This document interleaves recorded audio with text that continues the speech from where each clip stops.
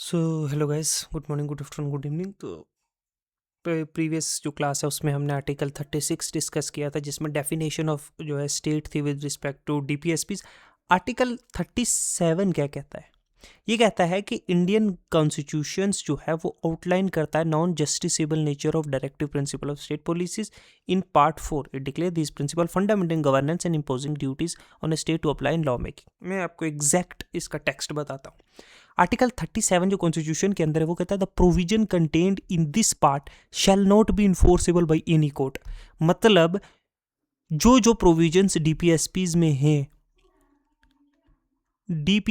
में हैं वो जो है इस नेचर के हैं कि वो जो है डायरेक्टली आप उसके वोलेशन के लिए सुप्रीम कोर्ट नहीं मूव कर सकती या हाई कोर्ट उसको जस्टिफाई करने के लिए, तो नॉन जस्टिसेबल इन नेचर है।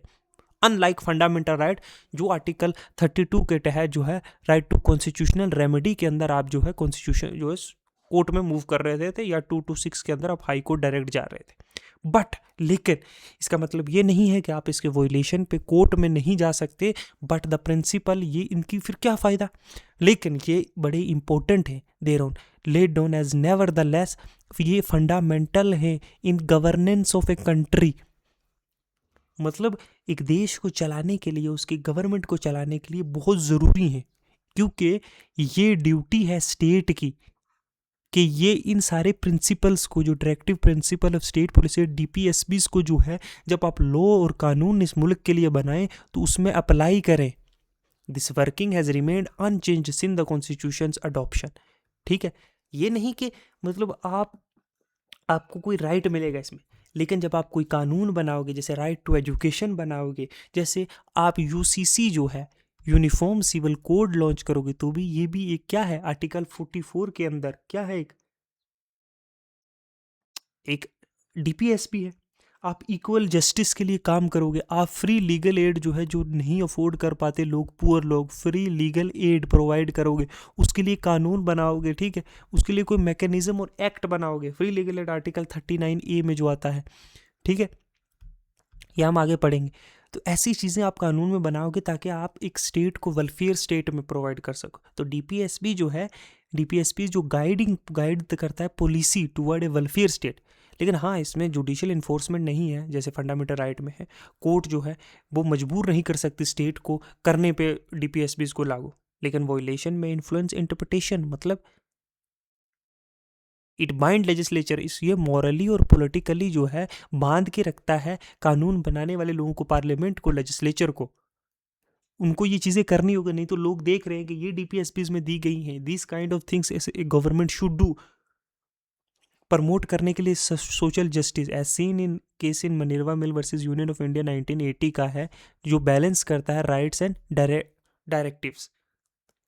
ओके, तो it should be noted here कि डीपीएसबीज जो है वो मेरली कोई प्रवचन नहीं है डीपीएसबीज का, लेकिन ये गाइडिंग फोर्स है।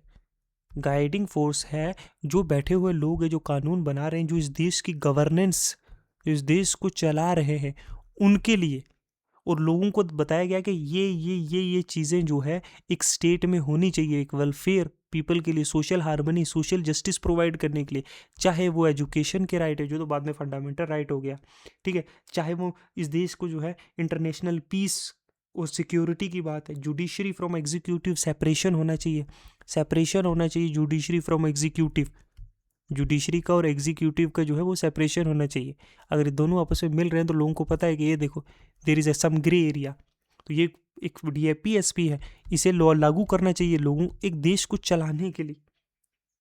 ठीक है, ऑर्गेनाइजेशन ऑफ एग्रीकल्चर एंड जो है एनिमल हस्बेंड्री है ना, इन चीज़ों को प्रमोट करने के लिए स्टेट क्या कर रही है? अगर स्टेट इन चीज़ों के लिए कुछ नहीं कर रही, so this means the state is incapable. तो यू कैन जज फ्रॉम दीज पैरामीटर्स। ओके, 5 साल बाद तो आप चेंज कर ही सकते हो ना। ओके, तो ये सारी चीज़ें एक्चुअली एक तरह का गाइडलाइंस है, एक तरह की गाइडलाइंस हैं। आप समझ सकते हो गाइडलाइन मतलब, मैं आपको समझाने की कोशिश कर रहा हूँ, किसको दिए गए? स्टेट को, कि वो ये सारी चीज़ें करेंगे। ये गाइडलाइंस किसके लिए करेंगे? पीपल ऑफ इंडिया के लिए, पीपल ऑफ इंडिया के लिए करेंगे। ठीक है, क्यों? ताकि बेटर एडमिनिस्ट्रेशन हो सके, ताकि स्टेट में इक्वलिटी हो, ताकि क्या हो, सोशल जस्टिस हो, ताकि क्या हो, वेलफेयर हो ऑफ पीपल, इन सब चीज़ों के लिए। ठीक है, तो ये था आर्टिकल जो है 37। ओके, एप्लीकेशंस जो क्या है डायरेक्टिव प्रिंसिपल के। Thank you, good bye.